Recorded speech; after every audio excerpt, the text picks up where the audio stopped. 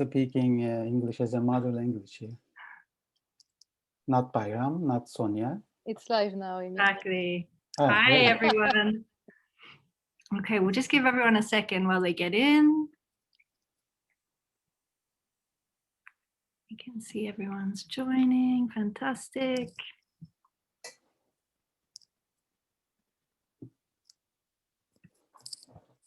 Okay, let's kick off.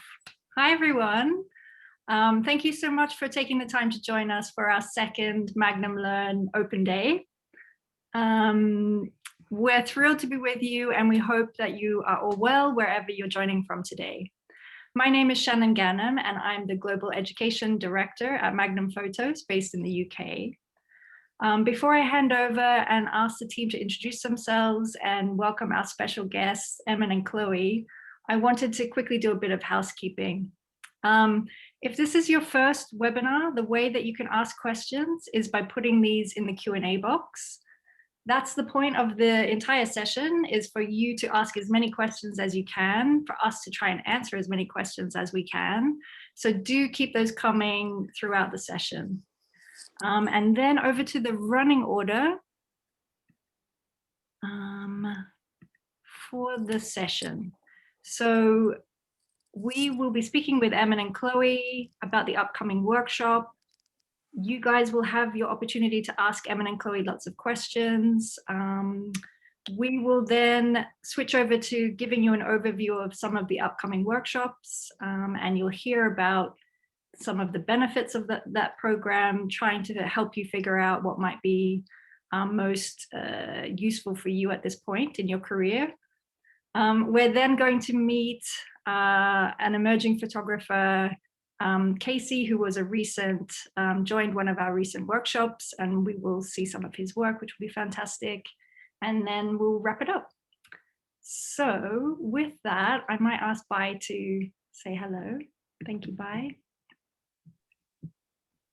Hello, everyone. My name is Bayram. I am the Magnum Learn coordinator, and I'm very happy to be here today and answer any questions you might have about our current programming. And I am handing over to Amber. Thanks, Bai. Hi, everyone. I'm Amber Taranova. I'm the Education Director for the Americas at Magnum, and I look forward to answering your questions about various programs. Hand it over to Sonia. Hi, everyone. So I'm Sonia. I am in London and running what used to be the workshops in that part of the world, Europe and Asia, but now become online workshops. And then I've been working at Magnum for 2.5-3 years, organizing the workshops, and before that working for Panos Pictures and No. And I'm going to be the person running the workshop with Emin and Cloé in March, which is super exciting. And we're so happy to have them both joining us today for the webinar. Thank you so much. So they both are in Istanbul, and there is lots of snow, which I'm a bit jealous of.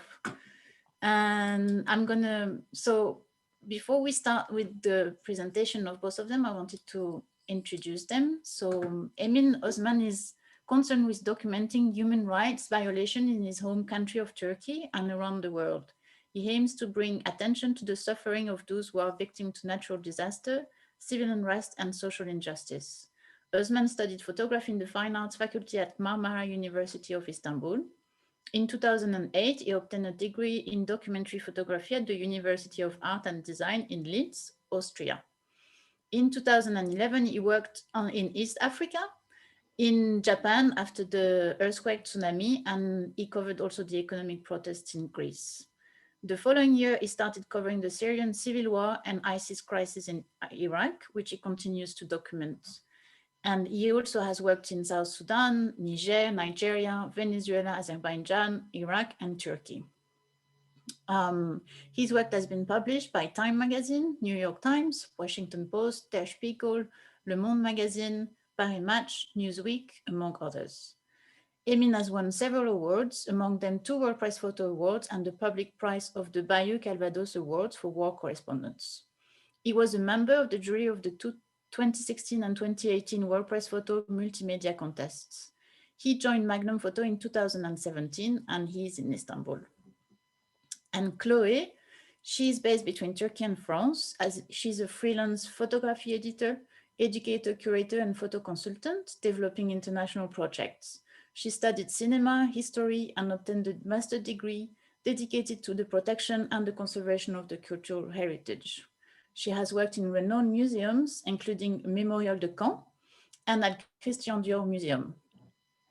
From 2015 to 2019, she has worked as co-director and photo editor at Agence Le Journal, a photographic collective. Since then, she keeps dedicating her life to storytelling and documentary projects. She's the long-term collaborator of Magnum Photo photographer Emin Özmen, and she mostly makes researches, writes, edits, and distributes his projects. They are both the recipient of the National Geographic Explorer 2020-21 grant. Congratulations. And Cloé, also mentor and work with other photographers in helping them developing their project. She is a member of the editorial board of Revue Epique, a French photo magazine. And in order to develop photographers' creativity and boost their career, she's also leading workshops and portfolio reviews. She has collaborated with top magazines and newspapers such as Le Monde magazine, Time, Der Spiegel, Courrier International, Al Jazeera, etc., etc. Thank you so much, both of you. Thank you. I'll let you take and start from here. Thank you all. Thank you, Shannon, Amber, Sonia, Bayram. Thank you for organizing this talk, and thank you also for organizing this workshop. So I can give a little bit detail about the workshop, maybe. So maybe I feel, you know, I mean, maybe you can start by telling us like how you started as a photographer. I think we can finish with the workshop, but if you want to tell us about you as a photographer, and then we continue with the workshop, if that's fine. Sure, it's fine. It's been now almost 17 years I started photographing. First, I was a staff photographer in a national newspaper until 2013. Then I left and became freelance photographer, started working with magazines and as a contracted photographer. Then it's been almost 4 years now I joined Magnum, and since 6 years we are working together with Cloé, developing stories mainly focusing on human, culture, environment, and also political issues. So I can continue with workshop maybe now. So it's 17 years, and I was like running in between these places, between projects and stories. But with the beginning of the pandemic, like everyone, I'm now a little bit spending more time at home, even if I try to continue my and develop my some of my projects. I'm mostly at home now. I mean, and since the beginning of pandemic, and I really start working on my archive. I mean, I discovered lots of folders that I never looked back after the shooting, for example. So I think it was great time to make this workshop about editing, but it will be not only about editing. So during the workshop, as our title is how to be a working photographer, I will be leading the first day of the workshop with starting a presentation of my 70 years career. And I will show many examples from different projects. And I will talk about what are the differences between working for a newspaper or a magazine photographer or working with an agency. What are the similarities and differences? And then I will try to explain the motivation behind my work. What was the reason, what was the motivation taking me into Syria or Iraq or Venezuela or Africa, or what was the reason keeping me at my home country in Turkey and develop projects here. And I will also try to give some insights about my editing process. I work both analog and digital, so we will be looking at contact sheets, we will be looking at prints, and I will also show few examples from my post-production process for digital images. And as I said, we are working since 6 years with Cloé, and she's my editor, she's my wife and friend, and she's everything actually. So we discovered a lots of advantages to work as a partner together. And the second day, she will be leading the workshop. And would you like to continue from here, Chloe? Sure. Yes, thank you so much, Emin. So hi, everyone. So I would say that I represent the less fun part of the job, but essential for a photographer, which is what do you do once you've taken pictures or finished a project? But before talking about the workshop, I first wanted to tell you a little bit more about my background, so you can understand better how I came to work with Emin and who I am. So I'm French, and as long as I can remember, I have always been passionate about art and history. So for the art part, I think it's thanks to my parents, but for the history part, it's due to the place where I was born, obviously, because I was born in a small town in Normandy, Cherbourg. And Normandy is a historical part of France where the Allied landings took place on June 1944 during the Second World War. And by the way, it's also there that Robert Capa took his probably most famous pictures. So I was born there, and since I was a child, I have been rocked by stories, both terrible and beautiful, and how war brings out the best and the worst in human beings. So it shaped me a lot, and I learned how essential the duty to remember is, and how essential the photos also, how they are important, so as not to forget.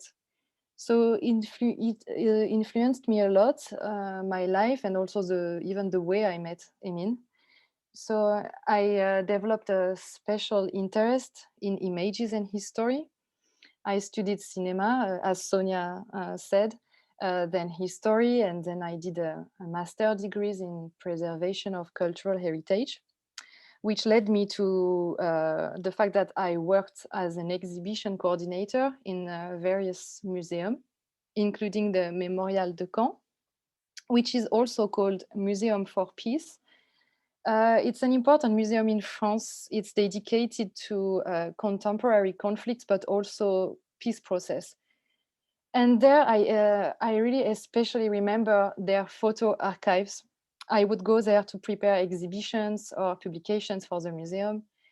And I would spend hours looking at thousands of photos from World War II, the Holocaust, the Cold War. The photos were sometimes very hard, even unbearable, but they were always moving, strong, intimate sometimes, always telling a story. And I think it gave me an incredible feeling. It's so precious, I mean, to have access to this testimony, this information, these stories. And this is why also I valued so much photos and documentary photo mostly. So I don't know, it's something I can't describe well, but working there and discovering all these archives, these photos, it moved me a lot. And I found this feeling in Emin's work too. So in 2014, while I was working at the Bayeux War Correspondent Festival, I met Emin, who was receiving an award for his work in Syria. So I had never heard of him before, but long story short, we fell in love and we started working together very quickly. Like it was very natural and logical for us. I think we were complementary. But I think it's mostly the passion that drives us together. I mean, the passion and the willingness to change things a little, that makes us such a good team. I mean, a good team in a way that I think we have the same vision of life and of work, even if we are both very different. Like, okay, I mean, Emin is shy and I mean not so much talkative. I'm very talkative, for example. So I think it was a good match for work and for personal life. So anyway, all this to tell you that the workshop will be an opportunity, I think, for us to talk about the way we work together, Emin and I. But above all, we both want to transmit our passion, our love for photography, for documentation. We want to share our experience, but also our doubts and failures, because it's not always easy. I mean, this job is not easy. Freelancing is not easy. Being a couple and working together is not easy for many reasons. So we would like to share our experience with the participants. And as I said at the beginning, the workshop is also the occasion for me to talk about what do you do once you've taken pictures or finished a project. So, and the goal is to give you the tools you need to make a living out of being a photographer. So how do you best prepare your work and then find a way to publish it, for example? Also, I think I would like to explain all the steps from how to write captions, how to sequence your work, how to pitch for newspaper or magazines, even how to write an email. It may sound basic, but many photographers don't necessarily know how and how often to reach out editors, for example. So sometimes it will be general, but sometimes really specific and practical advice is like how to write an email, how to write a caption. I will also give advice on how to write for funding applications for grants. I think it's really essential now because it's harder and harder to, I mean, I want to stay optimistic, but you have to find a way to find money to finance your project out of assignment also. So the grants and funding are really key. And as Sonia said, we recently got a grant from National Geographic. So I can give you some feedback on that. Yeah, since years I'm writing for funding applications. So, and also key part I think is how to build your professional network, how to build a relationship of trust with an editor or a curator, for example. So I give you advice on how to also use or not actually social medias, how to best build your website, as communication is key also in this job, even if photographers are often reluctant to this part, but yeah. And we will also do, like Emin said, practical exercises. Like the participants will be able to show us a project that they care about, and we will be able to give them advice, feedbacks, and anything they need to move on with their project. Well, I can finish by saying that the ultimate goal of this workshop for us is really to also have a good time, to exchange, to inspire. And at the end, we just want the participants to feel optimistic and motivated. So yes, that's it. So nice. Thank you, Chloe. Thank you. It's really great. Can I just, I'm just going to do a little bit of gossip, but we had, we were trying to guess with Bayram where you guys had met, and I had said the Bayeux Prize. So. Yes. Yeah, exactly. It's such a special festival, a special place. I didn't know that for you guys. That's so nice. It makes a lot of sense. And I think maybe we had a question. Maybe that was someone was asking the museum institution that you were talking about. Maybe there was another one, but where I worked, the conflict, yeah, memorial, like memorial of Caen. Caen is a city in Normandy, C-A-E-N. Okay. Caen, C-A-E-N, memorial. It's out of Paris. It's the how do you say, the most visited museum in France. It's a very big museum. It's I really love this museum a lot. I love my colleagues there. They were amazing. I don't know if they watch, but hi to them. And I learned a lot there. And yeah, I mean, it's a special place. Yeah. If you can go to visit it, really, you will not regret it. And they are also organizing a tour, so you can visit the landing beaches and Arromanches and historical places where Robert Capa shot photos, historical photos. So it's a great place to go. Yeah. And the Bayeux Tapestry, I've now ended up, long story, I'm living in Hastings, and I didn't realize that Hastings, of course, it's across the channel. Yeah.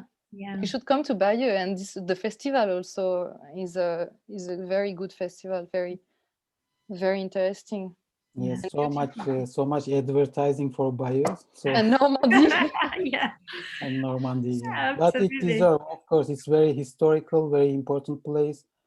And yes, and museum also, especially great place to visit. Yeah, and I just wanted to, sorry, but I just thought while you were talking, Chloe, and also Emin, from experience, I know that editing as a word or concept can be misinterpreted, or there is a lot of different ways to interpret it. So I just wanted to clarify for everyone, and maybe Chloe, Emin, you can, I know there is already questions about it, but editing in the way we think and talk about it in this context is the subjective act of organizing images in stories, and it's a different thing than what we call post-production, which is taking your images into a software like Photoshop or Lightroom to do contrast or things like this. Yeah. So this is, when we talk about editing, this is really organizing images together. If you want to build a story, for example, how to sequence, how to build a story, how to make 200 photos, for example, from a project, we have to select. Editing is like selecting the best images that shape a story from a beginning to an end. Like, think it's like a movie. It's a story, so there is a beginning and end.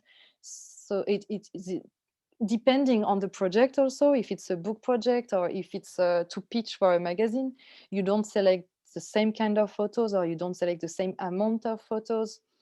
So it's more about this. But I think also Emin will also talk about post-production and Photoshop during the workshop. Yeah, that's correct. And I also wanted to, before we go into the questions, I had so one of the reasons I remember this idea of the workshop came when you two did the presentation for the staff. And then Emin, you showed us all this new work that you had done, which nobody's seen. And it was really like going back into your archive.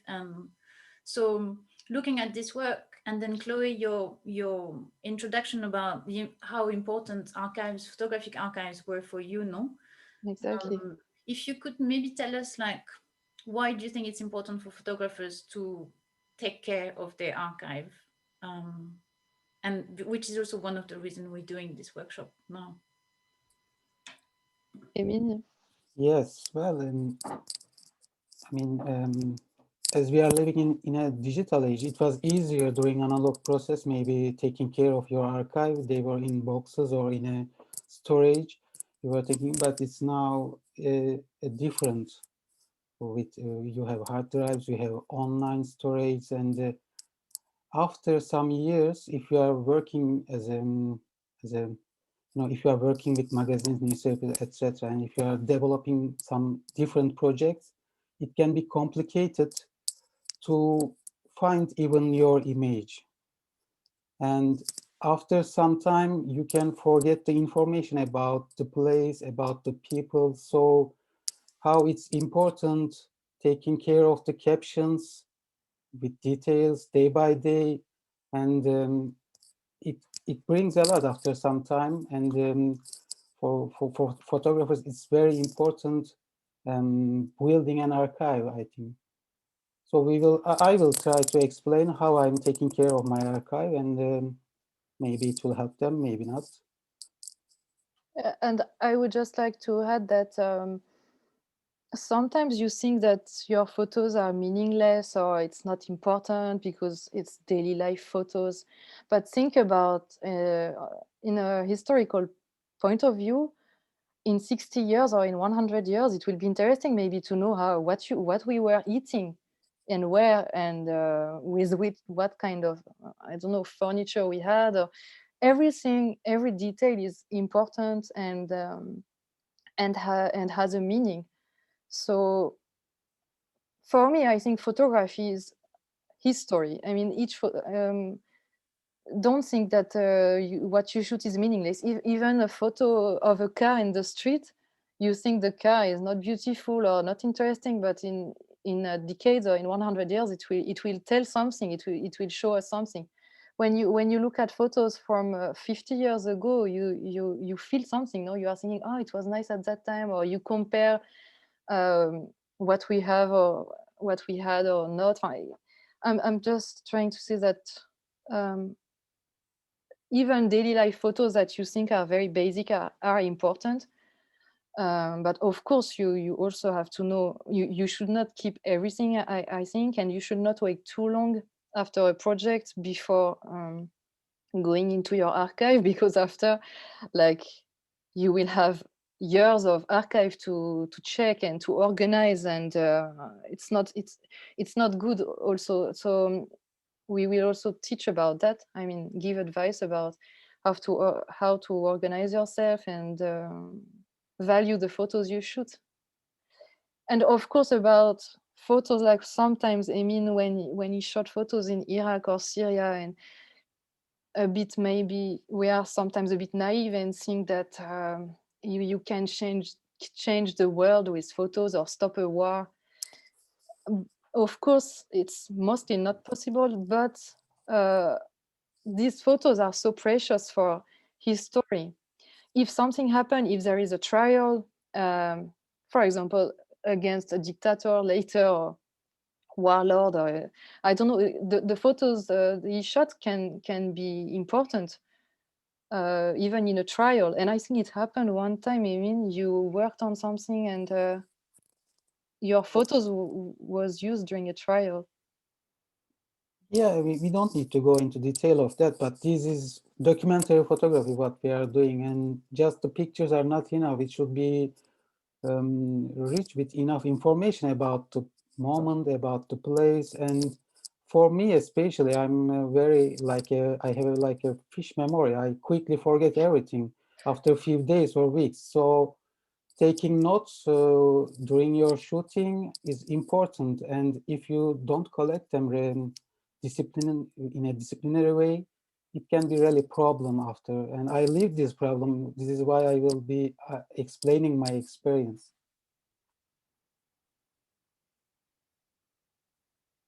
So nice. Thank you both. Is it Shannon? Do you think we should move to the questions? We've got a lot of questions, so yeah, it would be a good time to. We have a question around sequencing, and it's one of the things that we hear the most. You know, quite a magical thing. How do you guys think about sequencing your work? It's yeah, start, Emin. Okay, I mean, it's also very good timing. We are working on a book project, and this is exactly our thing right now. We are working on this. I'm looking at the wall with full of images now, and how it started and how it ended. It will be interesting to share with people also, but it's mostly about the relation in between the images. So Yes, Chloe, you Yeah, want to say something? no, as I said a bit before, I see the sequencing like when you shape, fine, not shape, but when it's really telling a story. So what is the point of your project, and try to answer the question raised by your project with photos. So think about like a movie or a novel you read. It's you really have to find a way to tell a story with a beginning and an end. Also, sometimes you have to you can also sequence graphically. I mean, photos that match together or at opposite. You can play with that also. It's also kind of a game. And I think the most important point of sequencing is not doing it alone, I think, as a photographer. It's really hard for a photographer to do a good sequence of their work or to edit their work well, because they are so involved in the project. They are blind sometimes, or they have a lack of distance with with their work. So it's always good to find someone you trust, and to share with them. The best way to sequence is maybe do yours alone first, but after, I think you have to show your work to somebody you trust, and get their opinion. Someone, of course, who knows photography. Sometimes not also, but it's better, of course. And yeah, sequencing, I mean, I cannot describe in one sentence. It's also by showing, Yeah. like we And will that, do during workshop, we will show some example, but Yeah, it's but really generally, story. yes, generally, you know, I'm the photographer. I've been there. I felt, I see atmosphere there. I felt it, and sometimes I'm thinking it's very strong moment because I was there and I felt everything. But picture is not actually that strong. And when you are sequencing it, you are, I mean, just another eye is very helpful to sequence and develop your story in better way. So this is why we are working together also. yeah, I also love having the opportunity to watch you guys work together. I think you learn a lot from that process. Watching photographers and editors, it's quite special. We're very lucky to have you guys.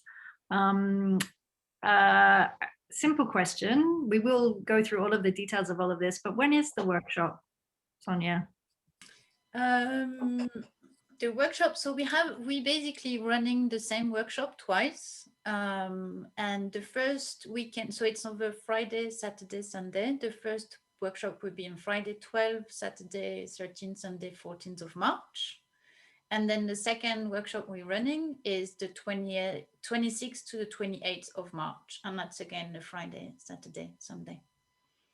And then every time for each workshop, it's 12 participants, and Chloe and Emin together. And the first one I will be there helping out, and then the second one I will be Bayram.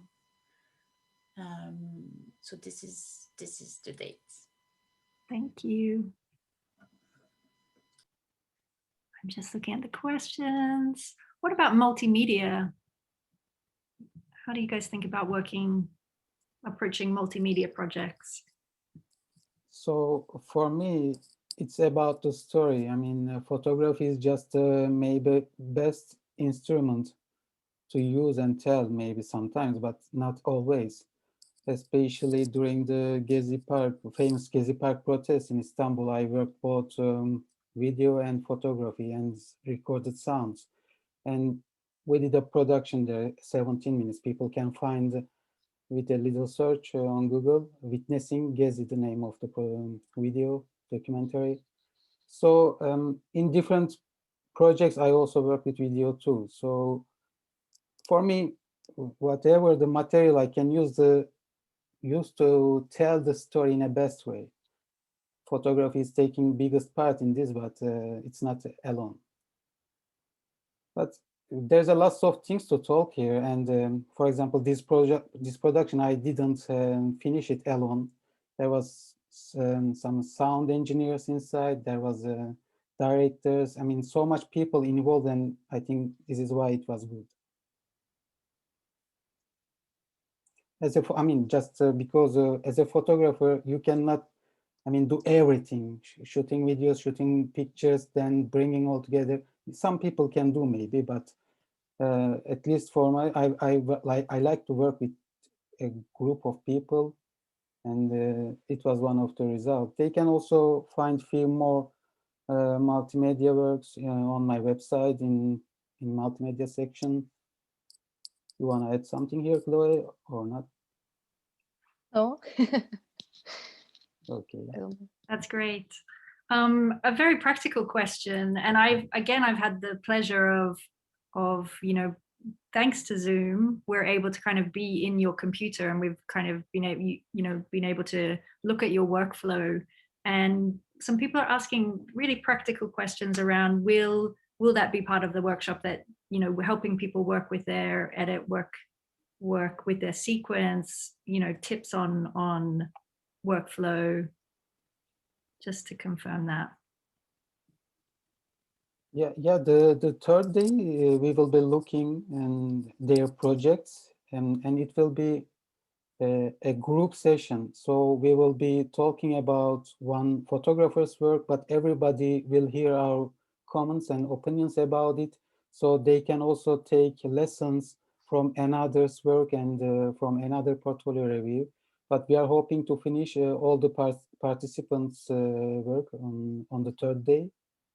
And Yeah. I think, yeah. No, I think it's great that we will be able to see various work, and the participant will be able to see, as Emin said, the work of other participants, and to hear our feedbacks and to exchange. And it's not because we mostly do documentary photography that we are not open to more artistic work. As long as it tells a story, I mean, we like all kind of photography. So yeah, we will give feedbacks on each participant project that they want to talk about or show us. Great. And the workshops are definitely both with Chloe and Emin. Yes. And it's so nice to see people joining from Mexico and Australia at 3:30 in the morning. Thank you. Bye. Or Sonia, Amber, any questions, anything you're thinking of for Emin and Chloe? I'm just enjoying reading the question, and I feel like so there is. I saw a question about the rule, like there should be 8 images when you pitch to a magazine. I disagree with this. I think it's not enough. When I receive pitch with only 8 photos, I don't know if it's not enough. I think you can use 20 photos. After, it's the job of the photo editor of the magazine or a curator to choose the photos they will publish. It's not because a magazine or a newspaper will only share 2, 3, or 10 images if it's a portfolio that you have to share only 8 photos in your pitch, in your PDF. For me, it's not enough. So I would say there is no magical number, but I think 20, 25 photos, it's better for me. I want, because as an editor, I want to have I want to be able to choose and to shape also the story I want from the work I receive. So 8 is definitely not enough, I think, but it's only my opinion. I don't know. Sometimes it's even not enough also, 2025. It depends on the editor who is working on it. They want to see more and more images. Sometimes you send 60 and they still say, is there no more pictures? Yeah, but I think that we will develop this a lot during the workshop, but just to make it short, the editors or curators, they receive tons of pitch, so they don't have so much time. So if it's a PDF with 60 images, you have to scroll. It's too much. So I mean, if you're able to pitch with between 20 and 40 images, and after, if they are interested, they will ask you a wider selection. it happened a lot with Emin's work when I was distributing his work. When the editors were interested, they were saying, do you have more photos? And I had. So you have to be prepared. You have to have a larger and prepared and ready edited images. So I was able to send 100 photos or 200, even if it's a bit much, but 100. So yeah, you should find the balance, but we will talk about this during the workshop. That's great. We've got so many. It's hard to choose. I think there is a question people always ask. So is how Dive Emin in. became a Magnum photographer? No. Yeah. Yeah. Emin, do you want to tell us how you started? Okay. How? Yeah. I think maybe it's better to talk about it during the workshop. No, No, but some of these people want to know now. Just short. Make it short. I'm not sure because there are some photographers. I'm not sure to. Don't give name, just the process. Yeah, just the process. Was it a particular body of work at that time, or? No, but I even forgot the year I joined. It was 2017. Yes. It's really better to keep it for the workshop, I think. I'm not very... We need some secrets. Yeah, I'm not very sure about the length of this speech. So if I start, it can take some time. It's a long story. No doubt it's a long story. Yeah. I have an interesting question from Scott, which I think is asking, in terms of archiving, what are your thoughts about deleting images? Should one keep everything? Well, just a very quickly answer. If you have a very strong image, I believe it's very important and strong, just keep the before and after images, because someday it can be useful. But if don't keep the images you don't like or you think it's not useful. Would you delete them? Would you delete them then? Of course, I delete. I don't keep every images I shot. I mean, it's when you are working with a digital camera, and in this age, I mean, sometimes you should. I mean, there's 2 pictures inside the 200. Why I would keep the 100 that much image? Yeah. But if there is an important image for me inside this selection, I try to keep before and after images, because if it's an, for example, important event, it can be useful to tell the story with before and after images. It happened. I'm saying it with an experience. For example, somebody on Instagram come out and said that it's my picture you shot it, man. So how you can prove this image is yours? You can show before and after images, and if the person is lying, for example, he cannot show. And it's also important to keep the raw formats of the image. We will be talking a lot about it, I think, during the workshop. There's another question about the process that you're going to teach the workshop. And the question is the teaching more in the style of sharing your mindset or more in a practical way? Like step 1, you can do this, and then step 2, you do this, which I think I would say maybe it's going to be a bit of both. Exactly. Yeah, exactly. Because actually, when you do a photo project, there are steps that are very important, from shooting a photo, preparing a photo shoot, or the difference between when you shoot for a personal project or for an assignment.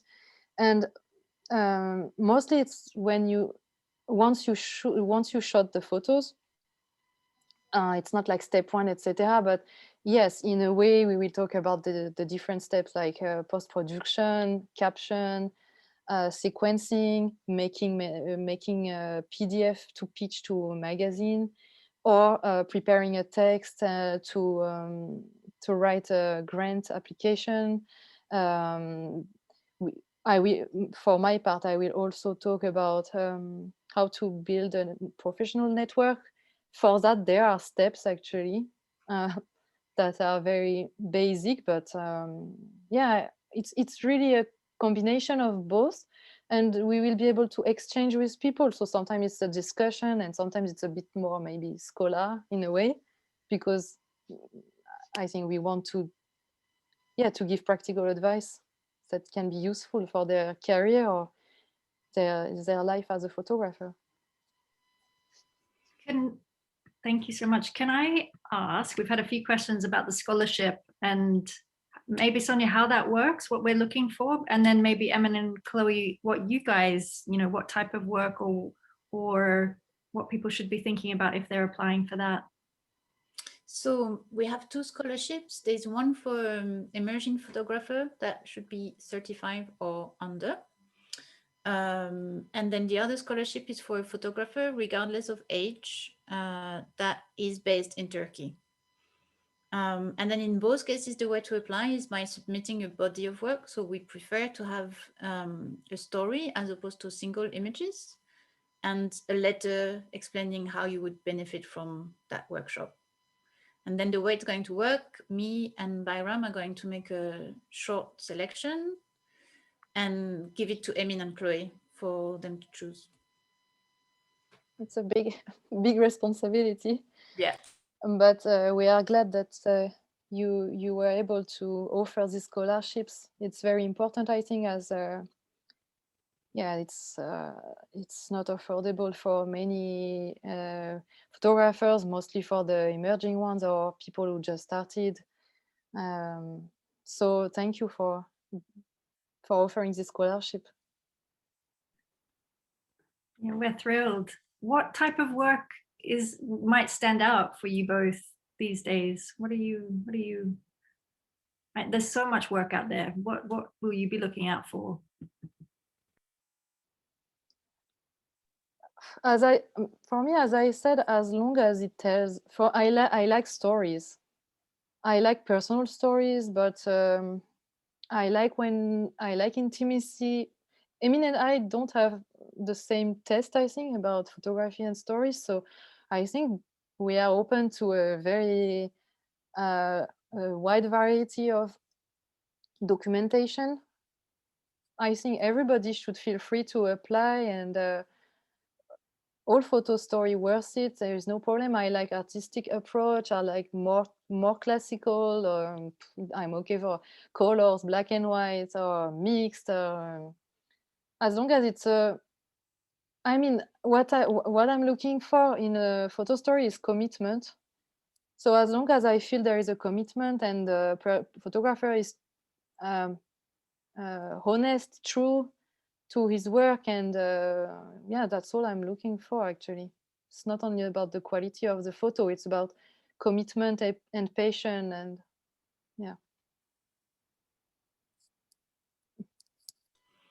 and maybe there is a question from Boursin. I hope I'm pronouncing your name properly, but it's a question for Emin. And I also want to know the answer. He's based in London but from Istanbul, and he's asking, what was your first published story, Emin? And how do you, looking back now, how do you feel about that story? Well, as I said at the beginning, I started as a staff photographer in a newspaper, so I totally don't remember what was the first subject I photographed, but it was like a huge traffic in a newspaper. And at the very beginning, I was working for economy page, I was working for fashion page, I was covering the news issues too. So it was very mixed. And during this time, I learned a lot about working in different types of photography too. But answering your question, I totally don't remember what was my first subject. I'm sorry. As an independent, as a freelance, maybe after staff photographer.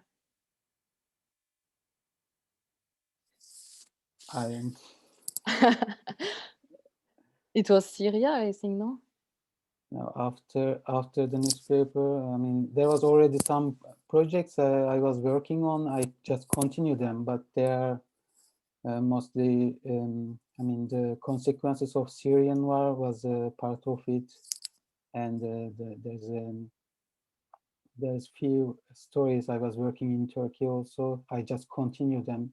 I didn't restart it from the after the newspaper.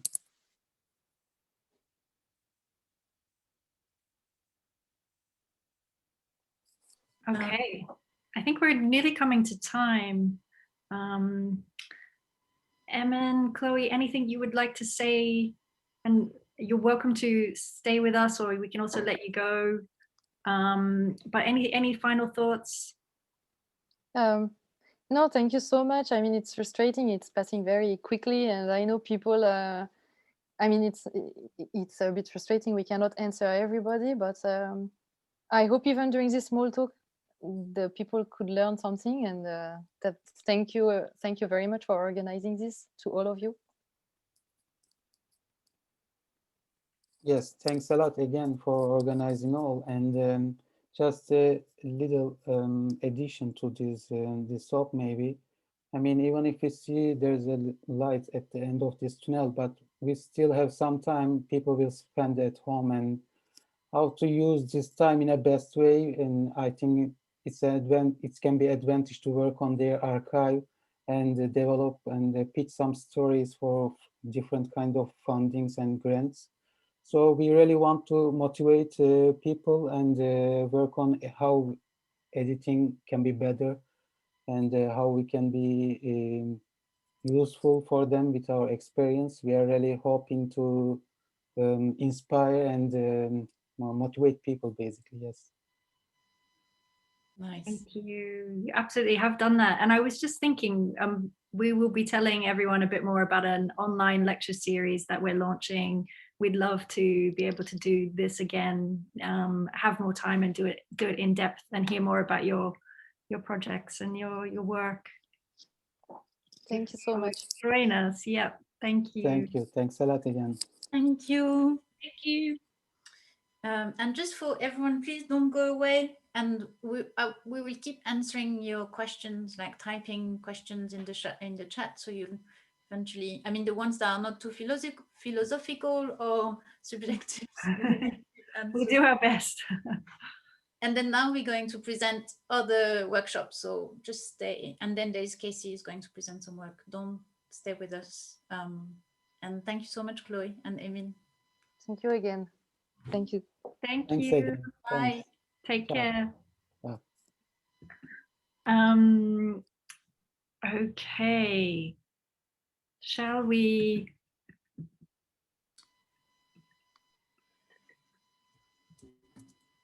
We want to bring up our Maybe slide.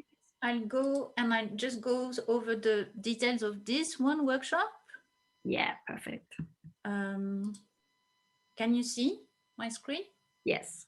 Great. So just for everyone, a quick recap on the workshop with Emin and Chloe.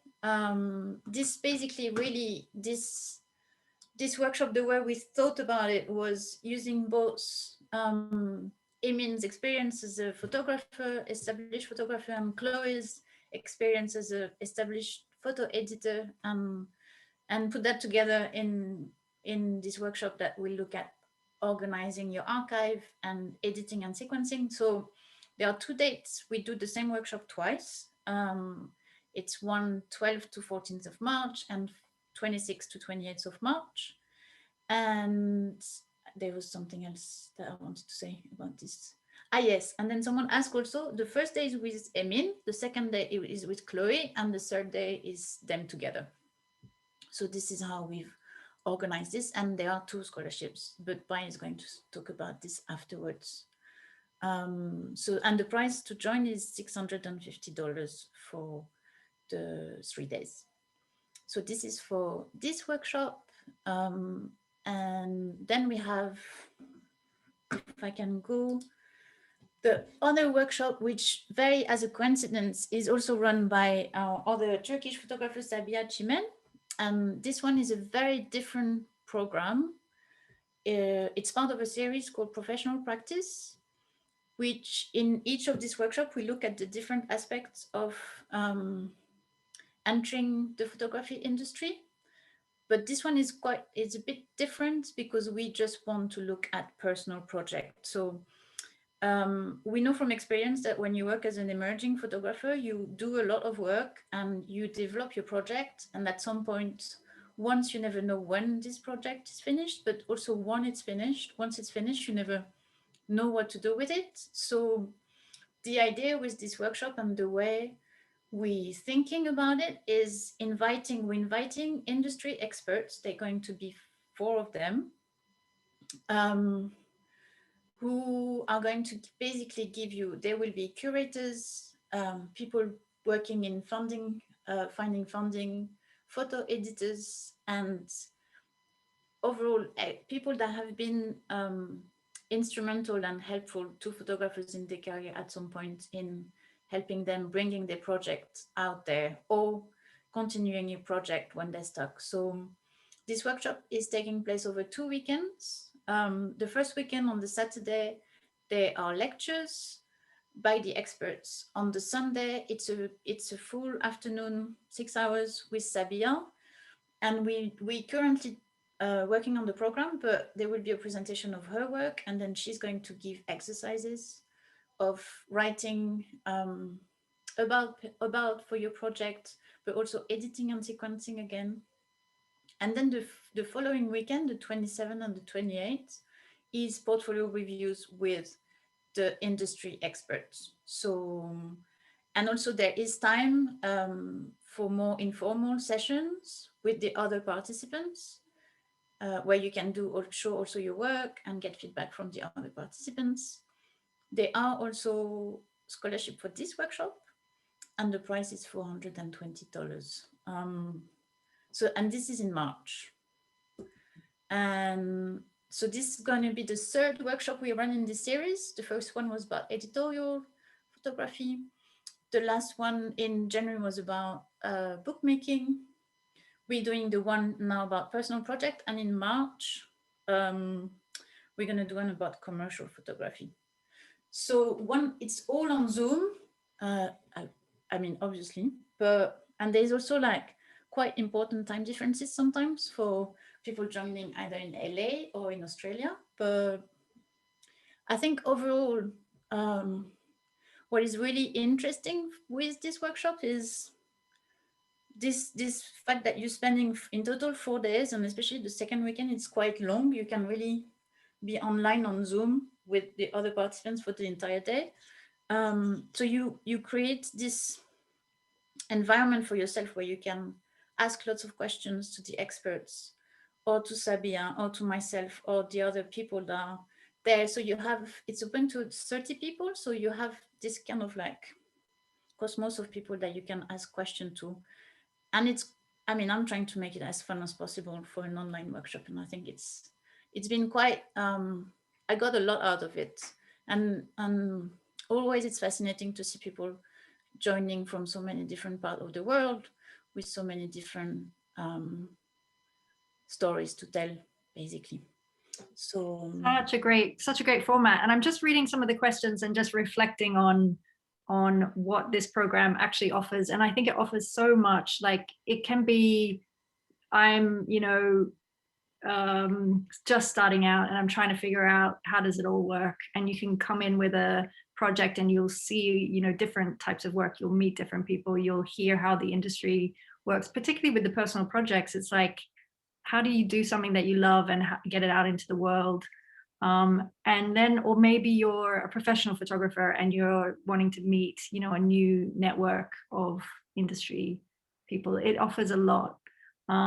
Most of the programs that we run, that's the beautiful thing about it. It's really, if you're just starting out but you've got a great body of work, or if you're a professional,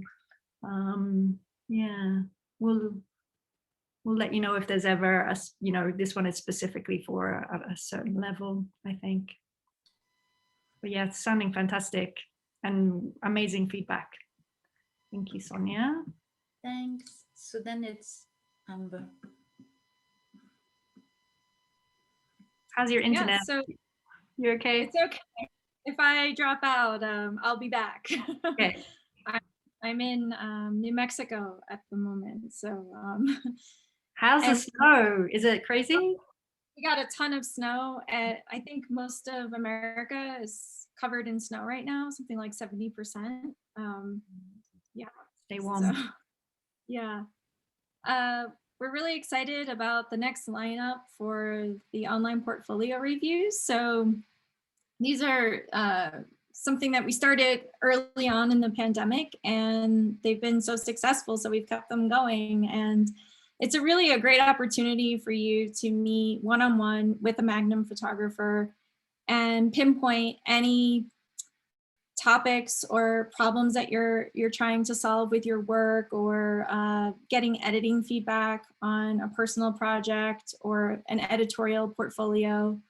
So as you can see here in the slide, we have Mark Power, Yael Martinez, Khalid Gala, Bruce Gilden, and Stuart Franklin in March.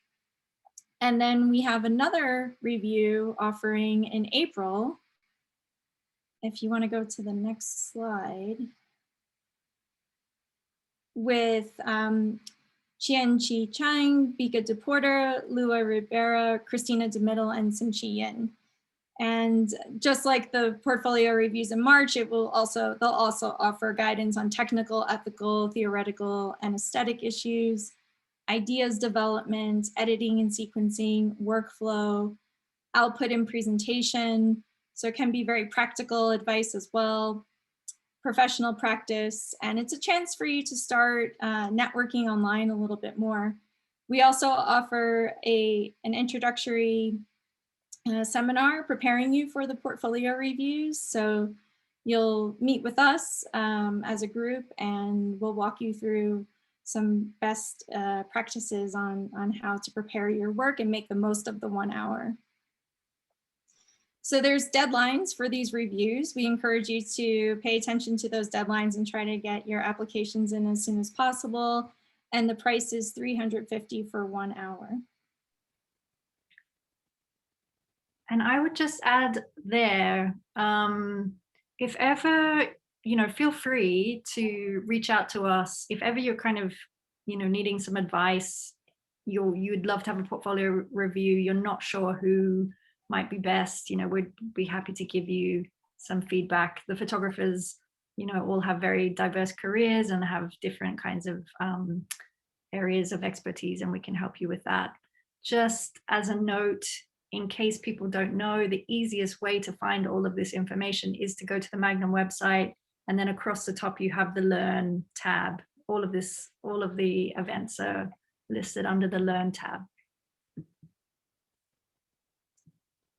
And it's a unique offering because so often a lot of portfolio reviews include experts in the industry where you're meeting with a photo editor or a curator. The nice thing about meeting with the Magnum photographers is they have this whole career behind them. So they can really offer some interesting insight to all of you who are serious about pursuing that path. Yeah. And I'm just seeing a question, and I think it might refer to the professional practice event. If the portfolio reviews are done privately or in class, these are individual coaching sessions. And I think in the professional practice, they are done as a group format. Is that right, Sonia? Or are they individual? So the portfolio reviews are done individually with your expert. So you have 2 reviews in total over the weekend. And then what we organize separately, and this is more informal and basically based on people wanting to share or not, is that at the same time, if you want to share your portfolio to me and the other participants, then there are sessions organized for that. And in that case, it's group reviews. That's amazing. That is amazing.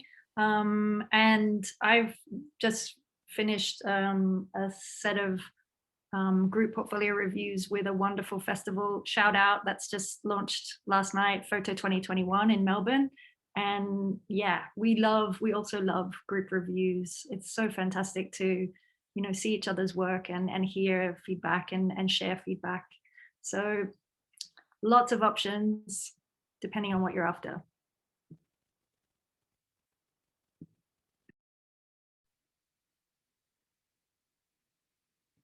Okay.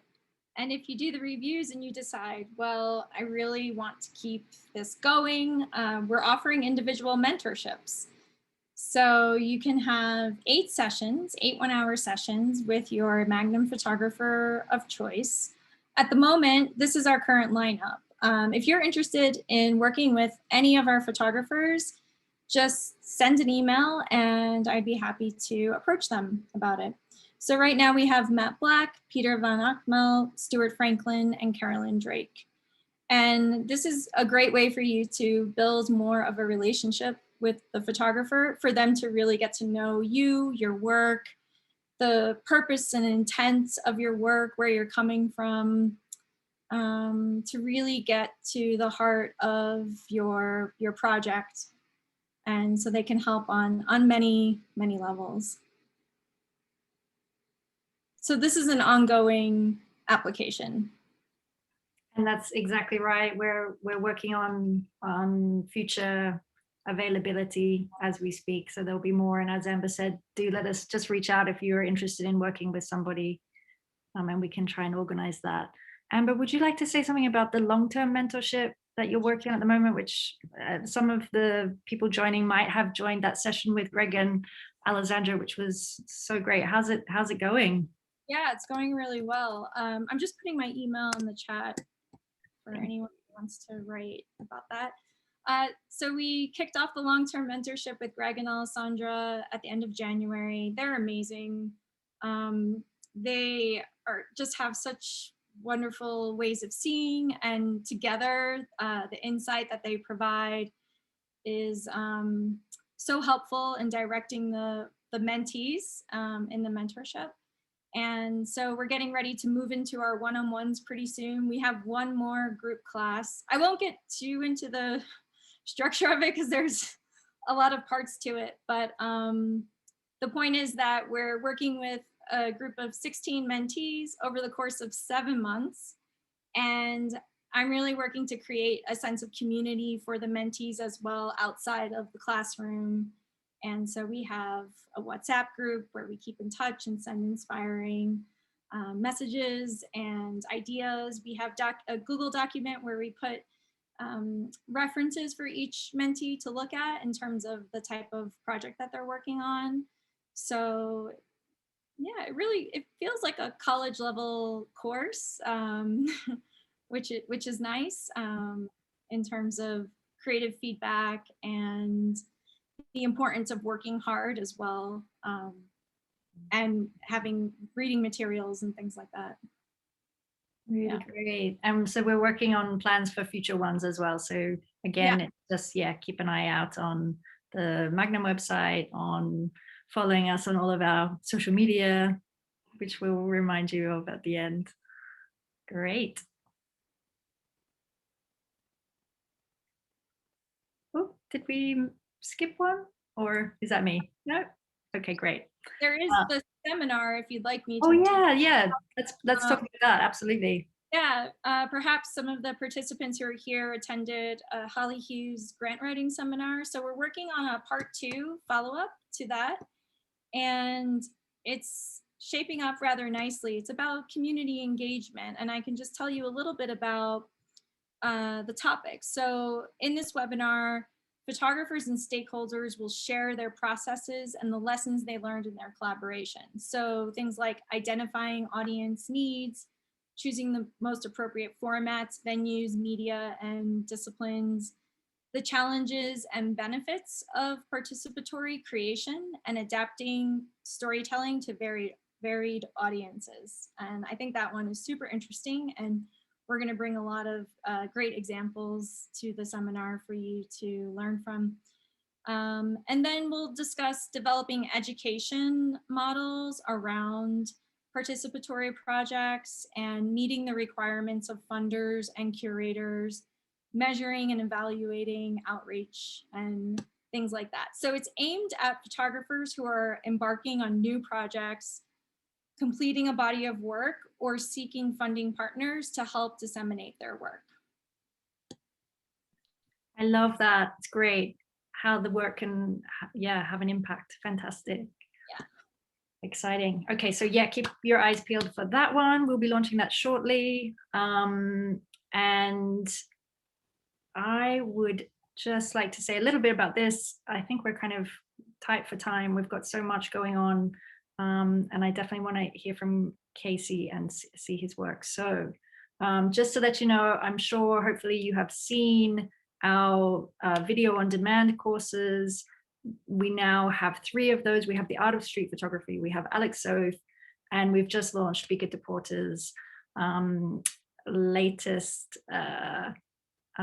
course, and that is fantastic. And I really encourage you, if you haven't tried any of the courses, I think you know, so many of the questions that we've had in the Q&A, answering all of those. So I really nice, affordable price, really extensive interviews in the field, working with the photographers. Yeah, can't say enough about them. Really fantastic.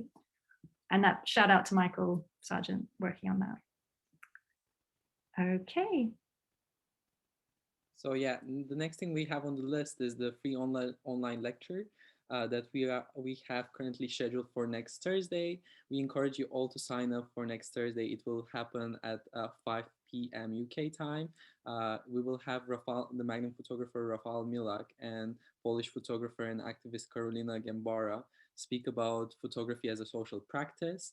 It will be 1 hour and 30 minutes, and they will introduce the meta-narrative of protest culture in Poland since 2015, and they will discuss and problematize objectivity in photography when we are photographing protest, and our roles as photojournalists and as active citizens when we go to a protest.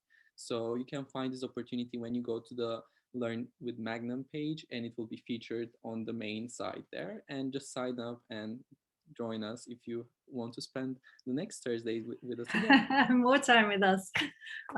Yeah, it's such a fantastic event. And as I was mentioning, we'll try and get Emin and Cloé to join us for one of those. We will be doing more of them. We're super excited. That is one of the, you know, with COVID, there has been clearly lots of awful kind of consequences, but bringing us all together, letting us like join you in your, you know, lounge room all over the world has just been so exciting. So we just want to, you know, just tell, you know, help the photographers, well, actually help our community access the work of the photographers, and Zoom is a fantastic tool. So we'll be doing more and more of that. Okay.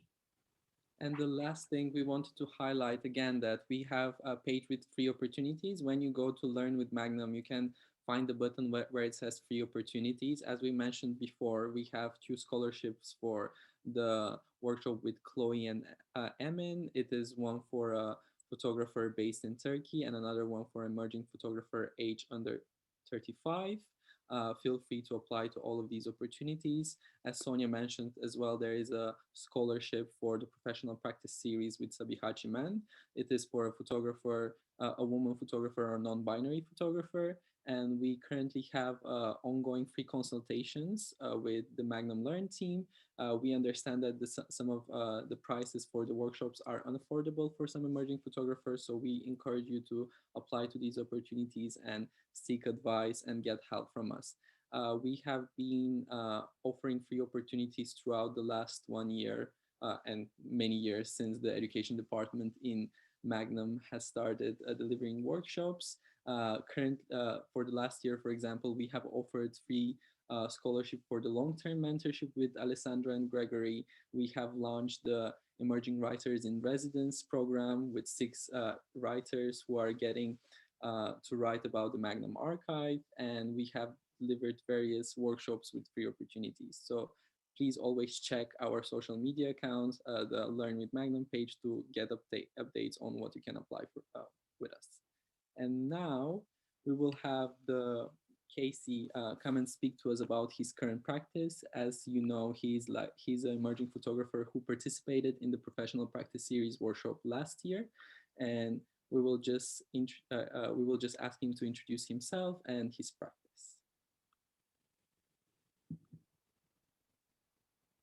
Thank you. Bye. Hi, Casey.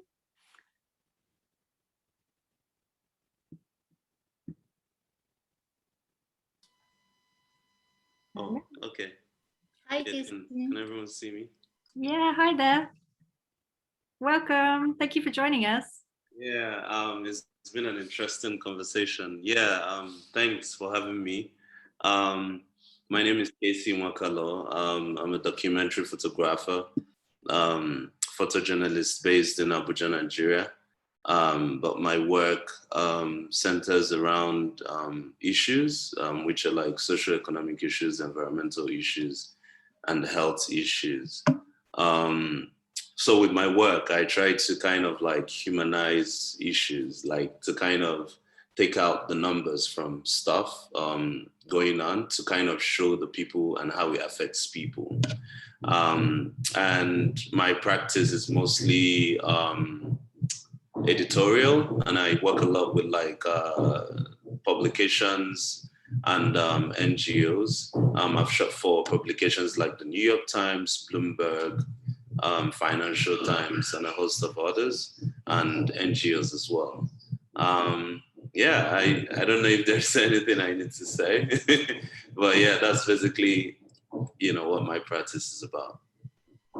Great. Shall I go through your portfolio now? Yes. Yeah. Okay. Yeah. So I kind of featured a work I did around how I was commissioned amongst 6 photographers from around the world, kind of documenting how heat and rising temperature affects people in various regions. So I kind of worked on this story that kind of highlighted how oil exploration, gas flaring sites is affecting people in these communities. Yeah, so that's what this project is about, but I mixed it up with like a couple of other projects that I've done in the past. Yeah, is it moving? Okay.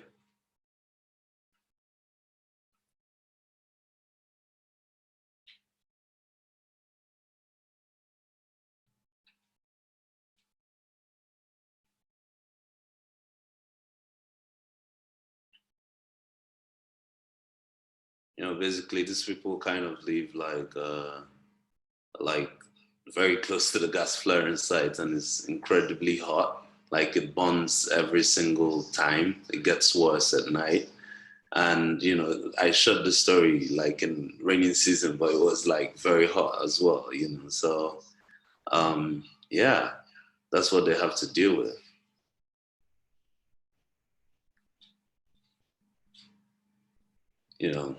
They use like talcum powder to kind of like, weather the heat and stuff.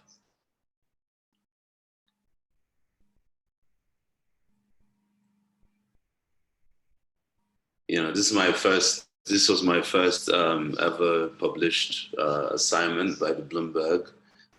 It was in 2018 in Sierra Leone about the Peace Diamond, which is, one of like 15th largest diamond in the world, I think 709 carats. And, it kind of, I kind of documented the aftermath and how he hoped that like by turning over the diamonds to the government, that they were going to build and develop their community, which is Koidu, which, was a bit slow, but I was there, I think last 2 years or so, I can't remember, but like I was there and it seemed some of those structures are coming to life, but it's quite a bit slow. And yeah, that's, I'm just driven by this type of stuff. There's only little I can do in my power, so I try to kind of use pictures to highlight it.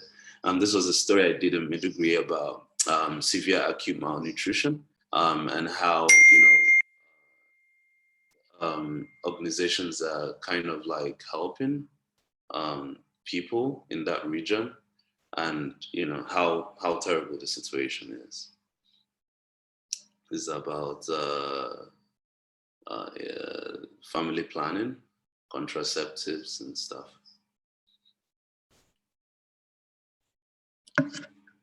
Yeah, this was also an interesting story I did about an orphanage that kind of like rescues twins, children that are like that some communities still think like, you know, twins are demons or stuff like that, you know. So this guy basically, you know, takes these children and kind of takes care of them on his own. And some of them also come with like, because they survived a lot of heating and, you know, mob action and stuff like that, some of them have a lot of health issues as well. So yeah, thanks. I think that's the last one. Yeah. Yes, I'm gonna stay here for a little bit. I was wondering, like, I wanted to ask you, how did it work for you as like starting out as a photographer and kind of trying and starting to get assignments, and if you could tell us a little bit about that process. Yeah, it's a very dicey one. I think it's different for everyone, but in my own case, you know, I started off like volunteering, working with an NGO, because it's one thing to say, oh, I started off also taking pictures of weddings and events, you know, but it wasn't making sense for me. You know, I felt it was too repetitive and it was too like boring. So I kind of wanted something intellectual, something I could learn something from, you know, probably kind of change the world. So I kind of figured that the only way to get in is to show the work I can do. And the only way to get in is to find NGOs that are doing work where I can volunteer for them and, you know, take pictures. So I did it for quite a time, for over like a year. Then I started also like networking. Workshops are really interesting, very, very important. Going for portfolio reviews, you know, and yeah, and the assignments started coming. And you know, I think also it's more about being visible and being consistent. And that comes from also understanding why you're doing what you're doing. You know, it kind of helps you to kind of narrow down so it's not every topic that I would jump on, because I know what drives me. And I also have a background in biology, so I think it's also kind of why I'm interested in health. So yeah, health and environment as well. So that's how I started off, you know, just putting my work out there, you know, showing my process and, you know, getting a website, trying to, you know, show my work, apply for workshops. You know, I got in for New York Portfolio Review in New York. I got in for the Blink Portfolio Review in Brooklyn. I've also attended workshops with Seven and Magnum, of course. I attended a Foundry workshop in Rwanda, which was also nice. And then, of course, Magnum photography workshop. Thank you for that. Sorry. Yeah. I was just going to say, thank you for that list. It's a really top tip about the portfolio reviews. And a lot of these things are free and yeah, so great. Shout out for some of those. Sorry, Sonia. Nick has a question for you, Casey, and is asking if you were commissioned for the stories that you showed us to work alongside a written word journalist. So was there a journalist with you? Yes. Yeah, I worked with a writer, which is also a journalist. I'm also a journalist, but I take pictures. So yeah, I worked for most of the stories. I was, you know, commissioned alongside a writer that wrote the piece while I just focused on taking the pictures for most of them. Yeah. I had another question for you, which was because you took part, and this is for everyone who is here and is maybe thinking of joining the professional practice workshop, and you were there for the first one, Casey, and if you have any advice for people who think on joining, like the best way to prepare, how was your experience with the reviews and things like that? Yeah, first of all, like, you know, kudos to you guys for that workshop, because it was like it was online, but it didn't really feel so much of it. It felt like I was there present. And, I'm in Nigeria, and internet can be a lot of issue, and very expensive as well. So one thing I would advise is, make sure you have solid internet, because, it's going to run in hours, which, you don't want to miss out on anything. And another thing is also make use of the breakout sessions, primarily you're there to kind of speak with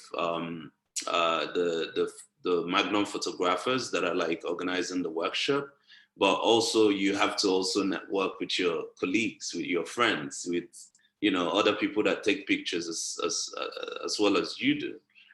So I think the breakout sessions was really, really nice. And another thing is also kind of searching deep. I think the essence of all these workshops also is to kind of activate something in you. So not necessarily copying the Magnum photographer because you're a different person, but having these conversations and seeing the kind of work they produce. With Lorenzo Meloni, it was really nice. And he showed us like some of his archival photos, pictures he took like 10, 15 years ago. And it was really interesting to see how his work kind of evolved and, became what it is now. So those are like my advice. Utilize the breakout session, have internet, get enough rest, because like it could run in hours, like imagine being online for like 6 hours and stuff. But it's worth it. Like it's worth every single time you spend on it. Yeah. Such great advice. It just makes me think of always and we try as much as possible to connect. It's so much about connecting with everyone else in the group, because that's really where, we're all still part of WhatsApp groups of so many different events and programs, and they're all still talking and supporting each other. It's so great. And I know that lots of you are joining us. So shout out to everyone out there as well. Yeah. There's one more question for you from the chat, Casey, and it's from Rosa, and she's saying, thank you for sharing your pictures. And do you tend to use just natural light? Thank you. Yeah, one of the reasons why I left weddings and events is, lots of, in Nigeria, weddings are like big, and people kind of care so much about the lights and, blue lights and stuff. Like, I prefer real. Even when I watch movies, I don't enjoy science fiction and stuff like I want drama. I want something that is real, something I can relate with. So in my photography as well, I try as much as I can not to use flash. I only use flash like last resort. Like if I don't use flash, I can't get any, it will be pitch black. And even in that situation, there are times I can also, utilize other environmental lights in that situation. But in most scenario, I want to use natural light.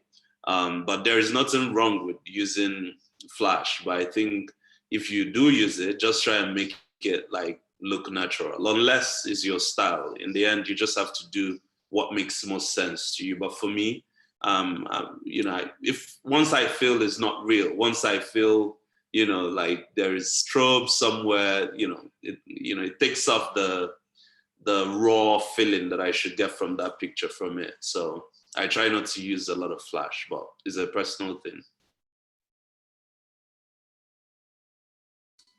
Great. That's great advice. Thank you.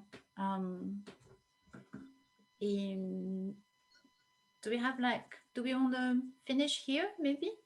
Maybe one more question, but we're on time. We had a plan. It worked well, but that's the thing. I've got so many questions, but maybe one more for Casey, then we can wrap it up.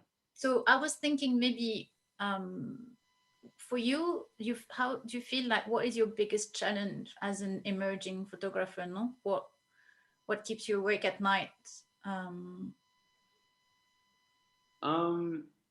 That the answer to that question is constantly changing. Sometimes I ask myself, is this career sustainable? Because since I've been working as a photographer, 100% of my clients are usually like international based. There are no publications locally in Nigeria that have ever hired me. Very few are willing to pay for services. So I'm constantly, asking myself, is this sustainable? Is this, can I run my family on this? But like, also another thing is, being able to branch out to other things, because, early last year, I did production as well. Like I served as a producer for a documentary production, and, so it kind of all interjects. But the most important thing is, for me, it's constantly developing my skills as a storyteller. I will always be a storyteller. But I'm also like looking at ways that I can kind of like diversify. But the truth is, if you're trying to be a rich person, you shouldn't be a photographer. That's just the truth.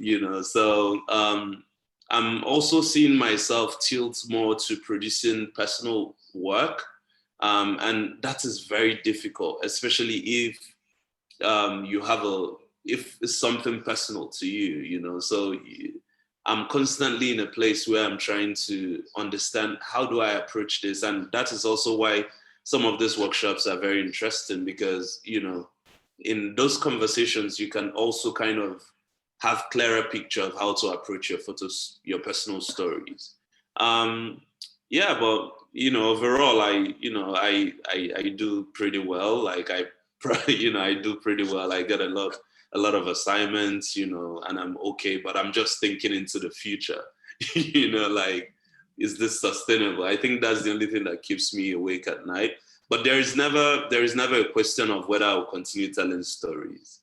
But, as a Nigerian, I want more, I want to increase, what I do, the scope, my earning and stuff like that. But I would never stop telling stories with pictures.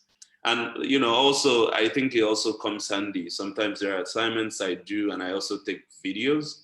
I don't necessarily enjoy it, but I know how to do it, which is also like an added skill set. But in the end, I still prefer pictures, to be honest, in general, yeah. Can I just say, Casey, that's so important, I think, for people to hear. And that's what I love about the work that we do, particularly the professional practice events. It is kind of demystifying, and everybody getting together and realizing it's really hard. And we do it for the love. We don't do it for the money, but can we try and make some money with that? Would be nice, and trying to help people do that. Yeah. So you're not alone. That's the lesson there. Yeah. And I just wanted to say, it was interesting that you said, everyone's trying to pay their rent and support their family. I've seen a couple of comments about older photographers, and we are definitely not just working with younger photographers, and that's again what we love, of like the diversity of the people that we're working with, the different levels, the different experiences, which is so useful for everybody to learn from. And I love that, that some people have gone off on a career completely different to photography, and now they're just coming to it, or maybe they've been in photography and they're bored and they want to do something different. All of those things, we love those conversations. Yeah. And just to answer, because Roberto is asking exactly this, being like starting and coming into photography at 44, and we see workshop participants arriving and starting a career sometimes very late, and so it's really possible. I think the industry, the term emerging doesn't have an age attached to it, and that's very important. Yeah. So just for everyone, I've put Casey's Instagram and website on the chat, so you can follow him. And if you have, we can have like maybe time for one more question if something has not been answered. Casey, thank you so much. I really liked your advice, and the thing the fact that you mentioned something like a workshop is like soul searching, it activates something in you. I might steal it for the website. So you pay for a license. I give you copyright. That's right. Let's go to the breakout room to negotiate the right, no? And just one other thought, something else that you said, Casey, such a interesting time in terms of being, we're all kind of stuck wherever we are, and editors still trying to, get work done. And it's an interesting time for people to be working locally, for international organizations, I think, and all obviously for us to be connecting internationally. So everyone should hopefully be making the most of that. It's really great to hear that you're doing that, to see your work, to hear that we were able to help you a little bit. Thank you so much. Yeah, thank you. Is there any other question? Yeah, I said the last one. We've got so many, but